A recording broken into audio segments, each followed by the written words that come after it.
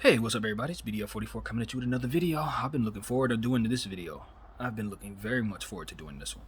Lakers got to playing the Indiana Pacers just now at the Crow. And the Lakers lost the game.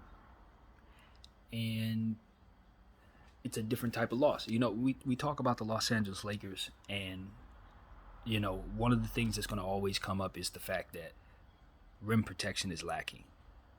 We did go with Dwight Howard tonight, and he gave us a lot of help rebounding the ball, blocking shots. He didn't have his greatest game, but he did all the things we need him to do. LeBron James played great. I think he tied a rebounding total or something like that. Dwight, I think, was close to a rebounding total too. So some guys had some benchmarks to reach and all of that. What else? Some other stuff, about this game that was most important. Domantas Sabonis rolled his ankle. Pacer fans, he looked like he was going to be fine playing through it, but I wouldn't be surprised if he missed a game. Malcolm Brogdon came back for the first time since mid-December. He came out there, didn't really play his greatest game, but what do you expect? His first game back after a month. All that. I'm trying to get out the pieces of the game that were highlights to me before getting into what it is I actually have to say. But all in all, I just think the Lakers players really played a good game tonight, man. That's what really hurts about this loss. The first quarter was some of the best basketball I've seen the Lakers play all year on both sides of the floor. Just Westbrook played probably his best quarter as a Laker in that first half. He really played a good game. I thought he was not a problem at all. His three-point shot was falling. He wasn't hesitant. I mean, he took some bad shots, did some things, but nothing that you would be angry about. So I want to say that I was pleased with Russell. Carmelo Anthony looks like he had a good game on the stat sheet, but he actually killed us in the fourth quarter, and we'll get into that. Bron played great as usual. He did his thing. I don't think it was anything spectacular or stand outish about his game. Domantas with the ankle had the triple-double. Okay, let's try to jump into it. So, basically, the Los Angeles Lakers, like as I said, they had a first quarter that was memorable, good basketball. Second quarter, they stayed with it. It wasn't exactly the same, but it was still good momentum. I think what it really came down to was the Pacers started to close the gap a little bit. We started putting some funny lineups on the floor, things like that. THT played a fantastic game tonight. It was one of the best games he's played all year as well. Shot the ball really well, did some great things defensively and offensively, made some good passes. My boy Austin Reeves was available tonight. Shot wasn't really falling like that, but he did an excellent job drawing fouls. That boy has a very, very unique skill, just like Derek Fisher, for drawing fouls, offensive fouls to be exact. So if you're a player that's driving at him, you need to be aware going forward in the scouting report.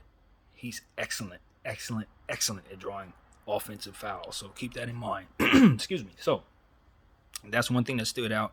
Avery Bradley did some things on the defensive end that we liked, but ultimately didn't have his shot tonight. So kind of looked like on the stat sheet he was running around doing nothing. But I think that was not necessarily the case. It was just, would have liked to have seen him do more statistically. But defensively, he did some really good things, some key things. So I want to give him his credit in that regard. Stanley Johnson, exact same thing, even though his number didn't get called as much as you would like because Frank decided to go with Trev, which is another thing we'll talk about. But Stanley did some very good things for his team tonight, including pushing that pace, which is something I really love about him. He is not afraid to push it. He's not looking around for other people to see if it's cool to push. Either you moving with him or you're not. And that is contagious. I kid you not. I want to see more players who are not LeBron and Russell Westbrook do what Stanley Johnson does in those situations. Push that pace and push it fast. So I like that. So as I'm saying, is you hearing what I'm saying to you? Usually when you talk about the Lakers, it's like, oh, guys didn't play well. Oh, I'm so angry. I'm so upset at how we played. None of that. The players played well. The problem was the coach. The problem was Frank. Frank was the entire problem tonight. He was all of the problem tonight. He was why the Lakers lost. He was why we ended up having a terrible third quarter. He was why Caris LeVert went for 22 points in the fourth quarter after having an entire game where he basically was in foul trouble. Didn't look like he was having a good game. And if you guys watch my video about the Pacers, I'm rubbing my head, and I'm so frustrated saying this. But I told everybody who watched me that Caris LeVert was the guy to pay attention to tonight because his name's on the trade block. He's coming in at Staples Center. He has been a guy who's had a lot of injury issues. It stands to reason why he would want to be in a better situation than Indiana because they're not doing anything, and he's a win-now type of player on a big contract whose name is starting to be in trade rumors, rather. So he would want to raise his trade value. And a game like tonight would be the perfect opportunity for him to hitch his ticket out of Indiana. So he was going to play well. And when he got in foul trouble, I thought that maybe that was just something that was going to be the story for the game. But see, that's fool's gold. When you got a player with those circumstances and that level of talent, all of that's fool's gold. Because at any moment you press his number and he can do exactly what he did. And that's exactly what happened to the Lakers tonight. It's the thing about the Pacers. They are not their record because they've had injury issues all year long. So when Brogdon's in, Duarte's out. When Duarte and Brogdon in, LeVert is out. When LeVert is in, like they haven't had a full spectrum of their roster all year long. But what the Lakers ran into was a perfect storm of weirdness in a way where because Malcolm Brogdon came back tonight, it shifted their lineup around in such a way to where they were scrambling to try to figure out how to work Malcolm back into the game to start the game. By the time the game had gotten into what it was going to be, third quarter, mid-fourth quarter, they had started figuring those things out. And in that moment when they decided to go ahead and expand their roster a little bit by calling Caris LeVert's name, they sit down, say Duarte or sit down Brogdon, and immediately you got this all-star level player with something to prove coming in the game, ready to shoot shots. And the Lakers were not prepared for that. They were focused on Duarte, they were focused on Sabonis, they were focused on everybody but the guy I told all of y'all to pay attention to on our scouting report because I know who Caris LeVert is. I understand what it is he's got in front of him. And this is a perfect game for him to show people who he is. And that's exactly what the hell we ran into tonight. And that's Frank's fault. I didn't once see, not one time, did we do anything to adjust him defensively. We didn't put Stanley on him. We didn't put Braun on him. We didn't put a double team on this dude. At some point in time, you got to understand. The man scored 22 points in the final 10 minutes of the fourth quarter. That means he was the only person shooting. There were situations where he was getting his own offensive rebounds. There were situations where he was getting mid-range jumpers when nobody was even in front of him. They were using Carmelo Anthony in the pick and roll in such a way, and they were exploiting him in such a way that was overwhelming. It was repeated over and over again. And then on the other end, Melo was missing shots. We were forcing the ball to Melo, and he was missing. He got a technical that ended up giving them a chance to tie the game up, for which they did. Just a lot of stuff that Melo did for us. And I know he missed the last game. He's been missed a couple games, so I know he's not in his bag. His mechanics were actually pretty good for the most part. He was hitting mid-range jumpers, getting rebounds, certain things, but he really hurt us in the fourth quarter. And of course, I blame Frank. Why? Because Carmelo was playing the center, and we know damn well Carmelo is awful at the center. The numbers tell us that historically. The numbers tell us that with our team. Visual tests will tell you that with your team. His position has never been the center. All of these things are pointing toward him never being the center, and yet Frank, being Frank, wants to run him at center. So he gets exploited defensively at center like he always does, and we get the worst of it. At some point in time, you got to say the man's not helping you. You got to sit him down. Not Frank. Not Frank Vogel. No, Frank Vogel is going to keep you out there. If you're struggling, good. THT wasn't struggling. He was 8 for 12. Did you see him out there down the stretch? No. Malik Monk had hit a lot of shots for us in the first quarter. He was doing some good things for us. You think we would give him the ball more to get more shots up? No. It's just Frank, man. I'm telling you, it's just Frank. Here's another aspect of the situation.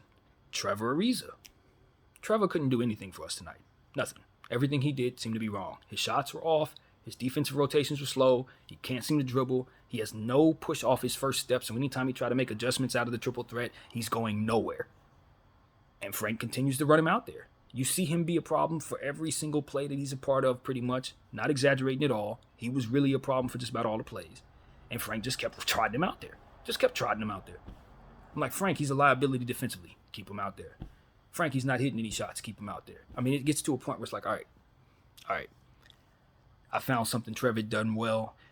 It was one play where he had cut off a lane on defense. He had, chased the guy into the paint like skin. It was one of those situations where had he not done what he did, it would have been an easy dump pass to a basket layup, right? That's like the one thing I saw Trev do right. He really followed that dude in very nicely on that particular defensive play. Other than that, he didn't do nothing for us tonight, man.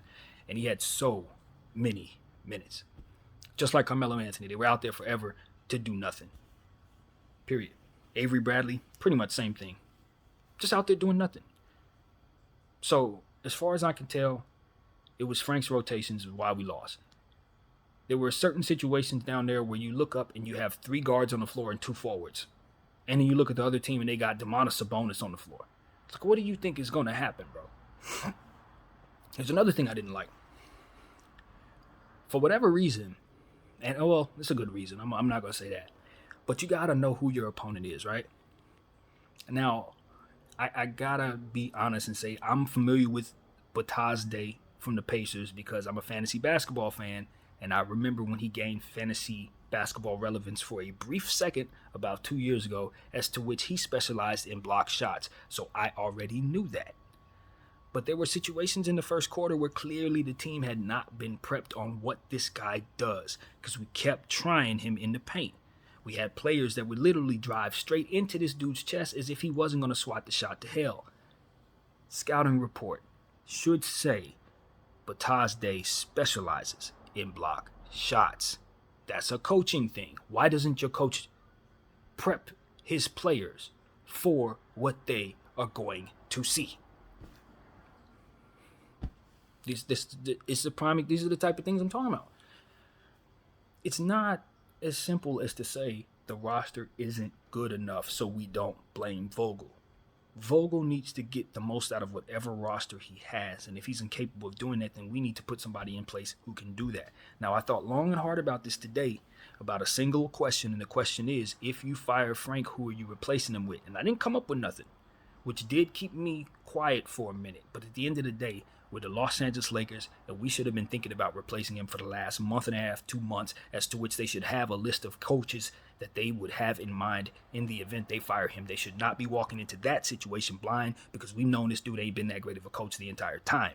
So I'm not letting that be an excuse, but I will admit I have no idea who they should replace him with. I know who they shouldn't, and that's any of his assistants. Absolutely not.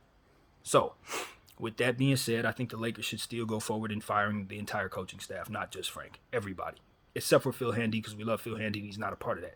But what I'm trying to tell you is we need to get some more offensive-minded coaches down there to get more out of our players and stop worrying so much about the defensive end, for which we can't do nothing about without our roster being better, for which we can't do nothing about once again. So, fire Frank. Fire him tonight. There should be nothing else to see. Anybody that watched this game tonight with a savvy basketball eye knows that the coach was the problem. Because the players played great. They played hard. They played with enough urgency. They played well enough within their positions to do what it is that they're supposed to do. It was Frank asking players on our team to do things that they're not supposed to be doing out of position, and that is why we found ourselves with a loss today. That is exactly why we lost. Okay? That ain't why we lost in that Denver game. We lost the Denver game because our guys didn't show up, and his coaching efforts matched that ineptitude. But that ain't what happened tonight. Our players showed up. They've responded well to Bron. You know what I'm saying? All of them showed up ready to play. Guys were energetic. Russell's turnovers have been down for over 2 weeks. You know what I'm saying? TH played his best game probably all year long. Stanley Johnson played great tonight. Like, this goes on and on and on. Bron was himself tonight. And we still lost because a guy who we know can play did what it is that he does, which is close us out in spectacular fashion. But it would have been so much less spectacular if we would have just simply guarded him properly. I don't know. I mean, I've said this many times, but I'm a stop the bleeding kind of guy. If something is hemorrhaging, you just got to wrap it up and stop the bleeding, man. Caris LeVert, after his 14th straight point, you would think it would be like, okay, we got to do something to stop that guy. Not us. I think his 16th and 17th point was a mid-range jumper uncontested. Like, we're literally watching this man destroy us, and we're like, well, let's just go down on offense so we can get Carmelo another brick. I'm just at a point where I'm like, there's really nothing else to see. They just need to fire Frank. That's it. That's all that needs to be done now. Everything else can be done after that. But first order of business is making damn sure he doesn't join us on that damn road trip. I've seen enough. I don't want to hear anything else. I'm not confused about what his strengths are. I'm not confused about what his weaknesses are. I'm just certain that he's no longer the guy I want coaching this team going forward, period. So, now it's up to the Lakers to do what they're supposed to do, because anything after this is just them dragging their feet on a situation that should have been taken care of. Now is the time. We're going on a big road trip, and he shouldn't be joining us, period. I'm not going to play about that anymore. I'm not going to pretend anymore. I'm sorry anybody may be offended by that, but I'm not here to make friends. I'm here to help our team get better with my voice as a fan, and that's all I'm going to do. I'm not going to play games with nobody. You know, not Bron, not Frank, not Jeannie, none of them. Because at the end of the day, it's about the name on the front. Now, we got a legacy of 17 championships, and this ineptitude, this ain't it. And let me tell you something else. The captain was in the house tonight. You think Cap just shows up to a game against the Pacers on a random weeknight after Magic sends out that tweet saying, yo, Jeannie deserves better, and now Cap's in the house? These are messages sent, Bron. These are messages sent to you, bruh. You know I know. These are messages sent to you. You need to get yourself together, because the eyes of the ghosts, those ghosts in the rafters, they're watching, and they're not pleased. And we can talk about Frank, we can talk about this roster, we can talk about all this, but you said you got this, which means that you need to get this right. So that's who I'm looking at. I'm not looking at nobody but Bron right now, because if you say coach goes, coach goes. If you say anybody goes, they go. Only person that you can't kick out this organization right now is Jeannie Buss herself. That's it. Everybody else, they're going to do whatever you say. So it's time for you to start saying things that help everybody. And right now, the best thing you can do is give a list of coaches that you would like to replace the one you have. Because that's pretty much all we can do for ourselves. Everything else is outside of our control. So that's what it is, man. Get Frank up out of here, bro. No more. I don't see no more of this dude. No more. He lost me tonight. This is one of the first games all year where I can honestly say I enjoyed watching the guys run out there. They played well. They gave me the energy and effort I was hoping to see. They deserved to win. That's all there is to that. Shout out to Caris LeVert. Obviously, you get the game ball. Made me look like a damn psychic out here, because my video, I made an emphasis to talk about Caris LeVert. I made it a very, very concerted effort to put his name all through that damn thing, because I knew it was a great chance he was going to do exactly what he did tonight. 30 points, 22 in the fourth. And he was the only difference. That's the thing. You look at the scoring totals, shooting totals, just about every category we were matched up with them, right down the middle. Everything, reboundings, all of it. But the difference was that dude in the fourth quarter. That was the difference. So that's what it is, man. That's what it is. I think I've said everything I need to say. I would love to make this video even longer. I'm pretty sure there's more to say, but if there is, I'll probably make another video tomorrow or something recapping my frustration here. But you know, this is just a game where the guys played well. You know, they played well. Great first quarter. That was a hell of a quarter of basketball. I want them to look at that tape too. If anything, I want our fans to hang our hat on, our players to hang our hat on, is the fact that they came out in that first quarter and they dominated the Pacers. Everything else happened after that was just your coach making dumb decisions that schematically hurt his team. That's what I saw. My name is BDL44. I thank you all for watching.